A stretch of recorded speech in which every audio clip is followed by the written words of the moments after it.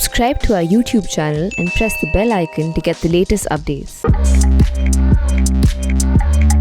I'm with Mr. Haneef Atmar, the Foreign Minister of Afghanistan, who's visiting Delhi in the wake of the Moscow talks with the Taliban, trying to figure out a peaceful solution to the war in Afghanistan, and on the eve of negotiations, of another round of negotiations, this time in Istanbul and brokered by the Americans. Mr. Atmar, welcome to ThePrint.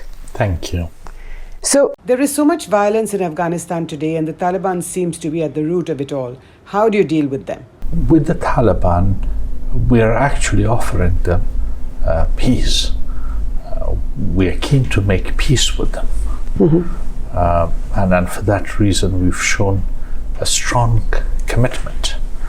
The Taliban have been saying that they are fighting the presence of foreign troops in the country.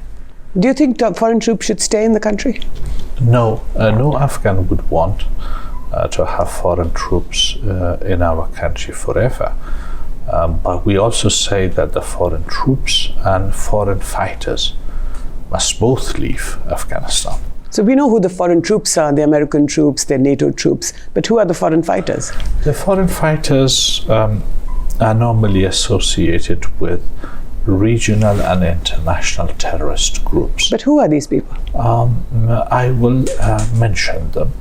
Of the region, significant groups are associated with Lashkar-e-Taiba, JeM, so-called Muhammad, ETIM of China, IMU of Central Asia, as well as Al-Qaeda and Daesh. These are the most significant groups with foreign fighters in Afghanistan. And they're helping the Taliban who fight your government? They are working closely with the Taliban, and they are in some areas actually hosted by the Taliban. And this has been a key condition of the peace agreement. And yet you have to speak to the Taliban because they control large parts of your country. No, this is not for that reason, because we always have disputed figures and interpretation and definition of control. The reason is that we don't want Afghanistan to become a safe haven for international terrorism. So our first objective is to separate Taliban from these international terrorists. But the Taliban don't want to be separated. They want to be supported by these international terrorists. So how are you going to now talk to and you've been talking to the Taliban for some time, in Doha, in Moscow, now in Istanbul. Well, they have officially committed themselves to cutting ties with Al-Qaeda and foreign fighters. This is what they have signed on as part of the Doha agreement. So now the question is the implementation. Do you believe that? Because since Doha, the talks have been stalled. In fact, violence has gone up. How do you trust the Taliban? To keep their word. Of course, we've been fighting each other. There's a trust deficit, but we want to give a chance to the peace process, and would expect the Taliban to honor their agreement and to demonstrate to the Afghan people that and the world community that they are for peace and not for endless violence and war. So the Lashkar-e-Taiba and the Jaish-e-Mohammed that you spoke about, now these are Pakistan-based terrorists. In fact, many of them attack India as well. Do you see something in common? Lashkar-e-Taiba, the so-called Jaish-e-Mohammed and TTP are all seen as terrorist groups by the Afghans, and they have been officially assessed that way. Their purpose is, in fact, instability, not just in Afghanistan, but in the entire region. So they're a subversive force using terrorist tactics to terrorize population, and violence is their key instrument. But where do you mean? When you say the region, what do you mean by that? The region threatened by the terrorists, the entire region. If you look at the 20-plus terrorist organizations that are using the region between Afghanistan and Pakistan, they are a threat to almost every country in the region. One or another, TTP is not just a threat to Afghanistan and India, but also to Pakistan. Lashkar-e-Taiba is a threat to India and Afghanistan and the international community, including our Western friends. So these terrorist groups do not constrain themselves by just focusing on Afghanistan or India. They are Frankenstein. Any country, any organization that work with them would be at the end affected by themselves. Do you believe that the Pakistani establishment works with them? They live, a lot of them live in Pakistan. What we are working on with the Pakistanis is to encourage the Taliban to the peace process. Are they doing that? They have taken some positive steps. We are hoping that these steps will continue and that they will produce the desired result. So is that the importance of Pakistan? Because Pakistan is a key player in every negotiation that you guys are having. So what does Pakistan bring to the table? The role of Pakistan to work with the Taliban and encourage them for the peace process is undisputed. Everybody agrees. It's not the role that is disputed, it is the implementation of that role that has been questionable. So for that reason, this time we're hoping all of us. What do you mean by that? The implementation of the role is questionable? We are all hoping that the Taliban will be encouraged and, if necessary, coerced into a peace process. But by whom? By Pakistan. We talked to our friends in Pakistan, and we told them that some of these leaders live in Pakistan. They have their families, they have their businesses. So we are not asking the Taliban Pakistan this time to fight them. We are asking them to bring them to the peace process. And what do the Pakistanis say? As I said, we have been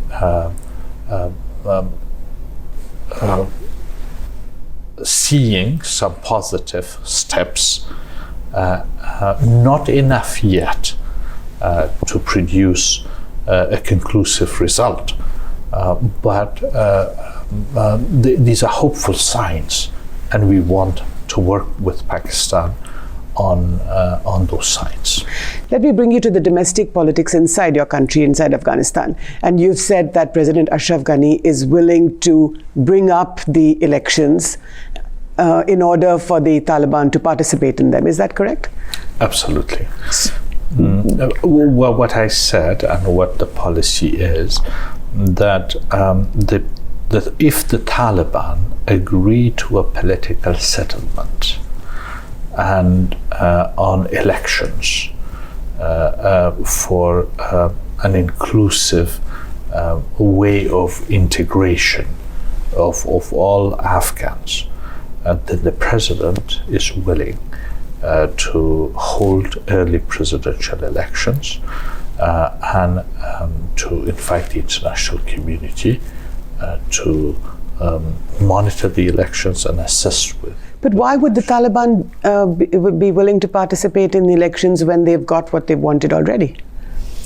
They haven't got what they wanted, and they will not get it unless they deliver. First, thing they wanted was the departure of foreign troops. But the departure of foreign troops is part of a package of a deal, and in that deal the Taliban are responsible to cut their ties with international terrorists. Are they doing that? And I'll come back to that in a minute. And for them to reach a political settlement with the Afghan government. So these are the essential elements of the deal. Right. Now the Taliban have not convinced anybody that they've done that. They have not yet demonstrated the expulsion of foreign fighters from the country, nor have they reached any political settlement. So the foreign troops will stay after May 1?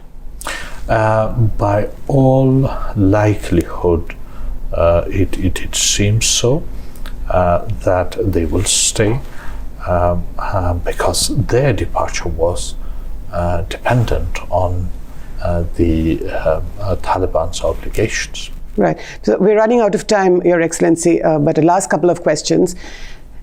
The former President Hamid Karzai has said that there should be a transitional or an interim government. What do you think? Well, he is entitled to his views, and we respect the views of Afghan leaders. But there's another view that the government supports, and that is we can have a legitimate process of transition consistent with the Afghan constitution. And the beauty of that process is that it will not take away legitimacy from any political formula and any process. And it's important for all of our leaders to make sure. So no government, no interim government, basically? Yes, but it is not that simple. Right. Because it's not just a matter of somebody saying, I don't like an interim government. It's important to understand that the interim government is not the solution. It may well be the beginning of a much more serious problem. Right. So therefore, it's important to ensure legitimacy of the process. So basically, the leaders inside Afghanistan are not agreeable even on the roadmap to peace. President Karzai is differing from President Ashraf Ghani, and so there are various views, the divergent views. Well, that is the beauty of democracy. Absolutely. But the strength of democracy will be when these leaders, number one, agree on the end state for the peace process, which they do, but then also agree on the roadmap in the best interest of the Afghan people. And India, how do you look at India's role? India is going to be part of the Istanbul talks. How do you look at what India has done so far and should do in the future? India's role in achieving and sustaining regional and international consensus for the peace process is absolutely critical. Afghanistan appreciates that role very much, and I'm here actually to work with my colleagues of the Indian government to exchange views as to how this role can be effectively expanded. We are for a greater role to be played by India in regional and international consensus building. Would you like them to also, would you like India to also be part of a military or an expanded defense role? We have not discussed that, and this is not an issue for discussion as yet. So 1989 Jalalabad, 2021 Kabul, 24 years, Your Excellency. Well, I've been serving the country for much longer than that. Of course. I was first enrolled in the service when I was 18. Right. So it's been quite a bit of You've time. been fighting since you were 18 years old. But what's the lesson that you've learned these 25 years fighting the war? I didn't say I was fighting at 18. I said I started the service at my public service at 18. The lesson learned is that the country is worth it, and this is a responsibility for every citizen, and I will continue to play that role as long as I can. So the country is worth fighting for. Thank you so much for your time, Mr. Haneef Atmar. Thank you. And thank you for speaking to ThePrint. Thank you.